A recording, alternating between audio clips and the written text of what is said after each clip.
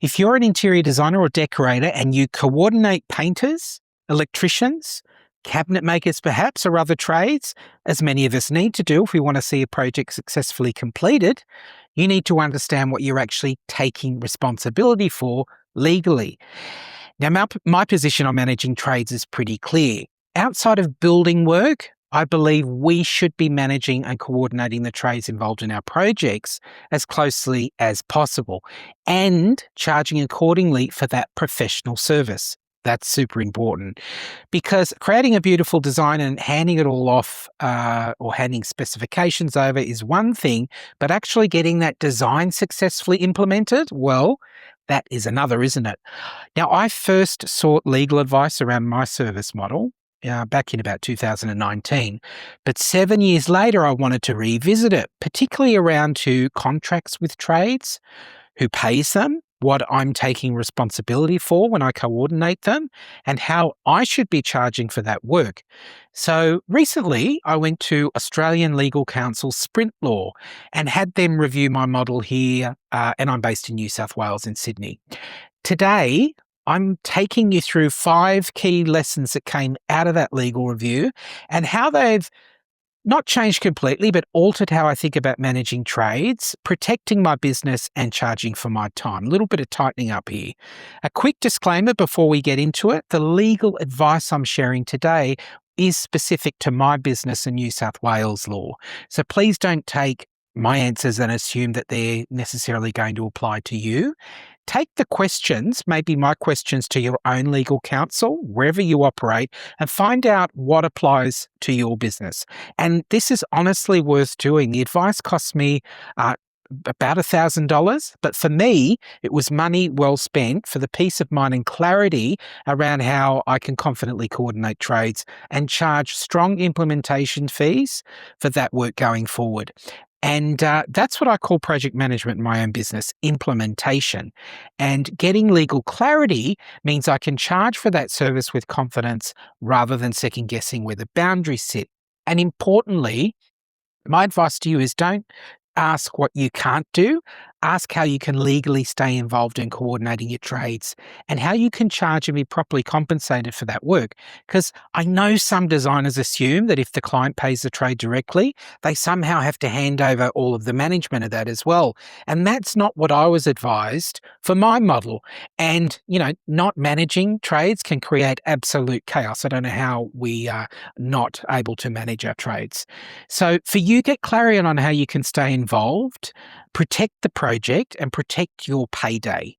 Okay, so let's get into number 1. Must have number 1.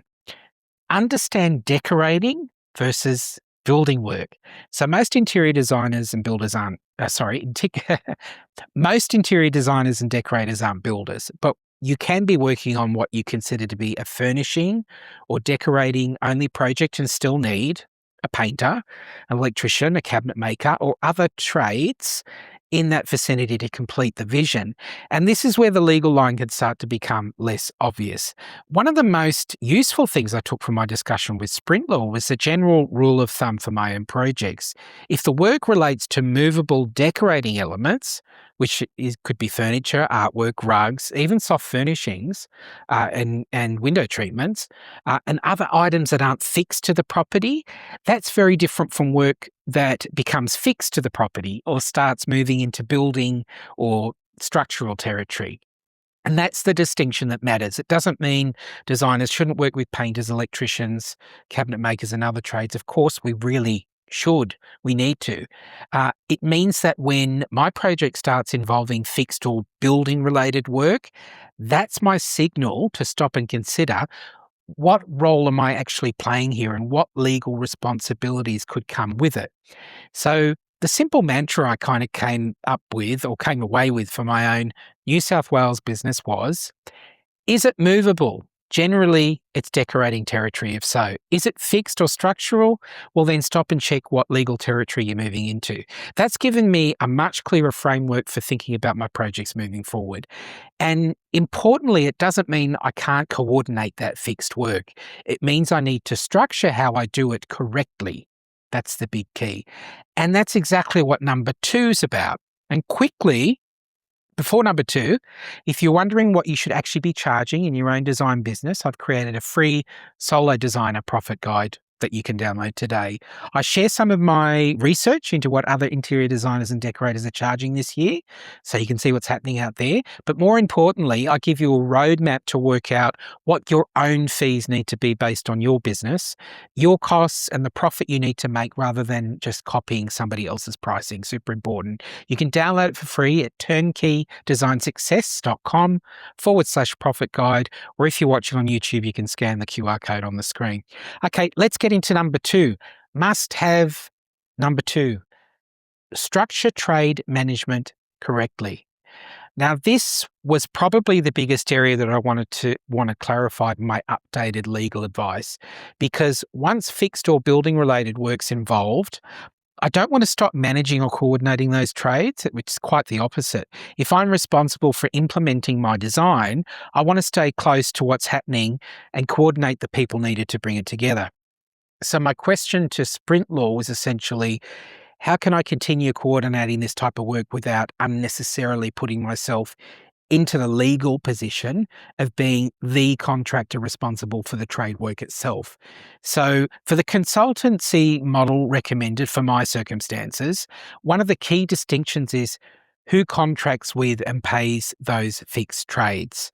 So the trade contracts directly with my client. The trade invoices my client, and my client pays that trade directly.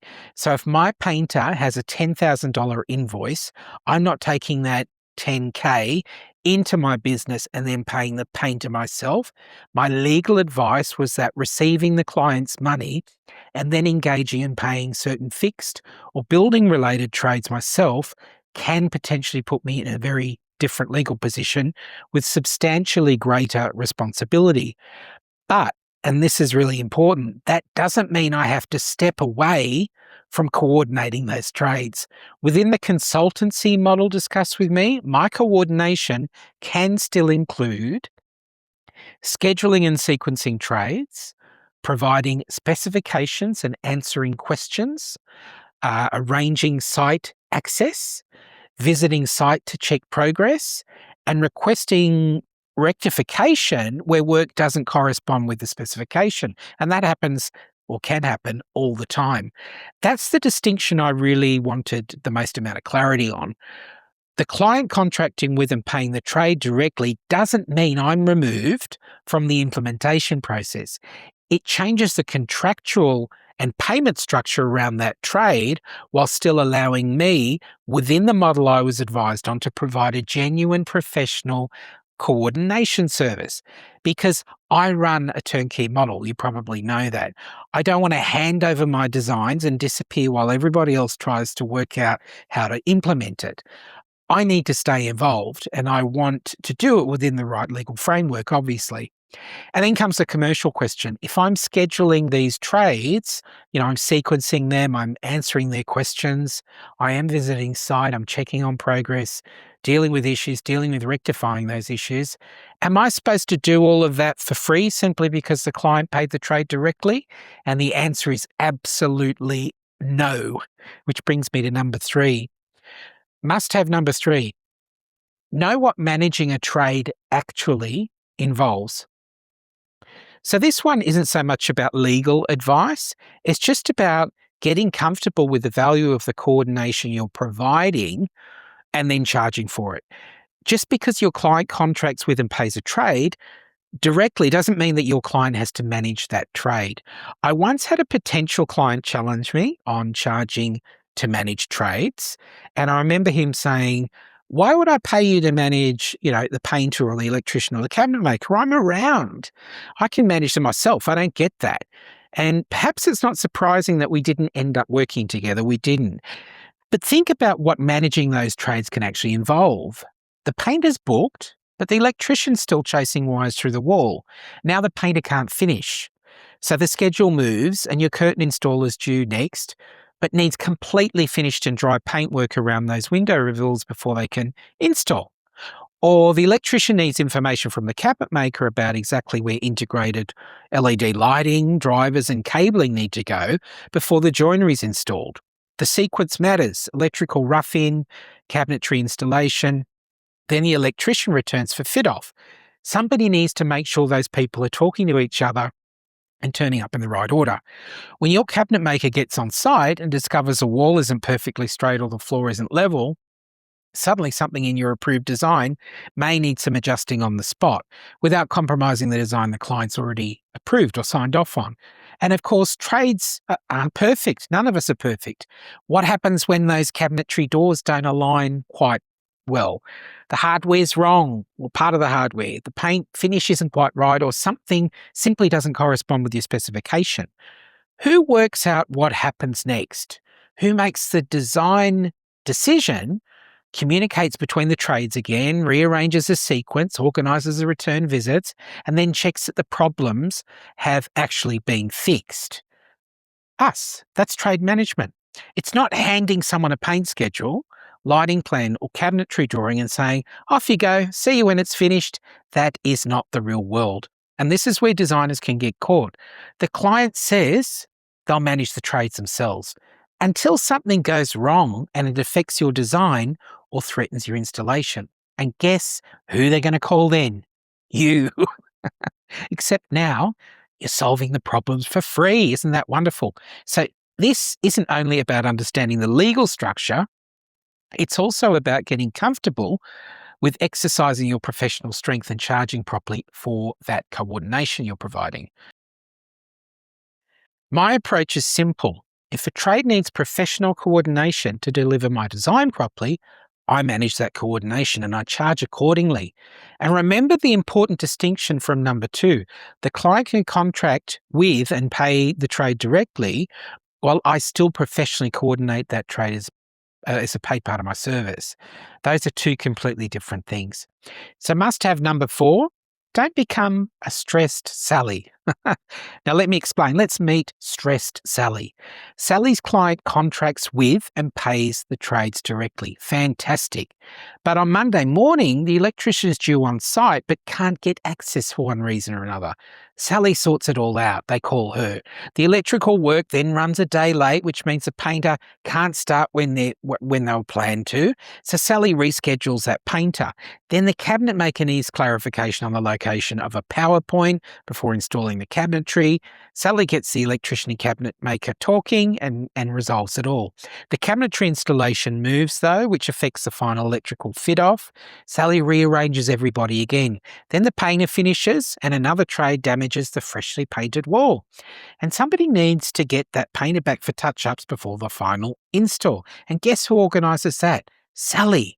And when something doesn't correspond with her specification, Sally visits the site, works out what went wrong, and organises the rectification.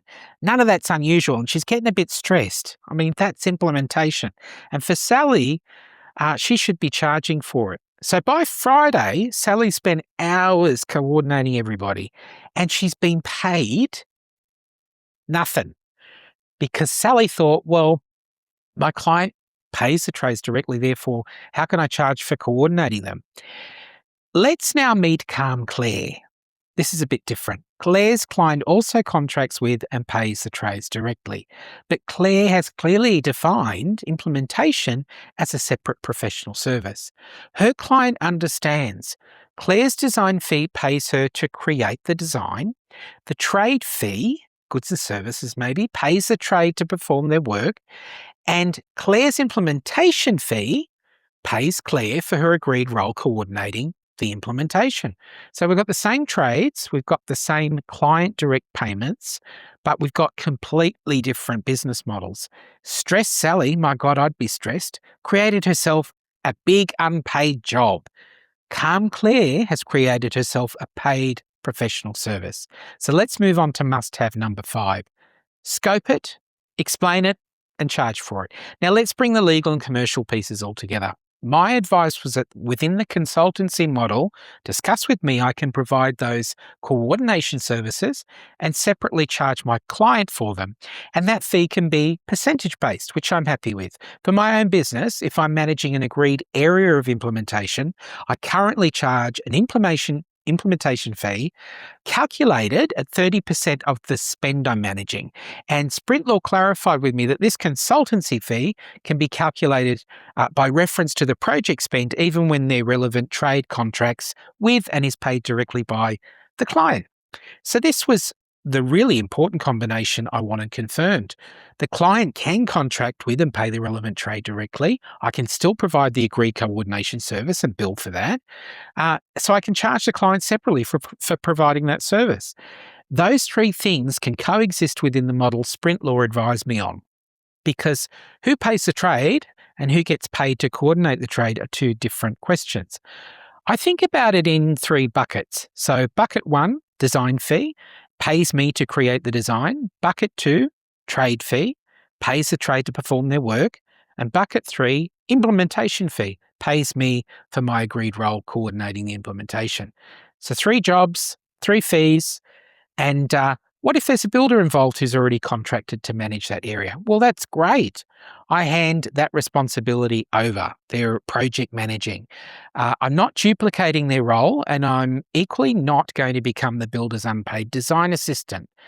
If additional design input or liaison is required beyond my agreed scope, which happens all the time, I can provide that through prepaid blocks of 10 hours. I do 10 hours in advance, because responsibility and compensation need to travel together. So I still get paid even when we've got a project manager, with a contractor or building team involved. I'm still needing to be on site and I need to get paid, just in a different way. So those are my 5 key takeaways for managing trades confidently, professionally, and within the right legal framework. Number 1, understand the difference between decorating and building work. Number 2, structure your trade management correctly. And number 3, understand what managing those trades actually involves. You're going to need to explain that at some point to a client and have confidence yourself in the work behind that. Number 4, don't become a stressed Sally. And number 5, scope it, explain it, and charge for it. What started for me as a legal question actually became something much bigger. How do I protect myself legally, stay firmly involved in implementing my designs, and still charge properly for that value that I bring to the process? And there's a huge amount of value there. And my biggest takeaway from this whole legal review is now pretty simple. The painter gets paid, the electrician gets paid, the cabinet maker gets paid. And if you're providing professional coordination that gets that project successfully implemented, you need to get paid too, even if your client's paying your trade directly for the service. So know your boundaries, explain your value, and charge accordingly. Don't be stressed, Sally. Be calm, Claire. And on that note, I'll see you next time on Turnkey Design Talk.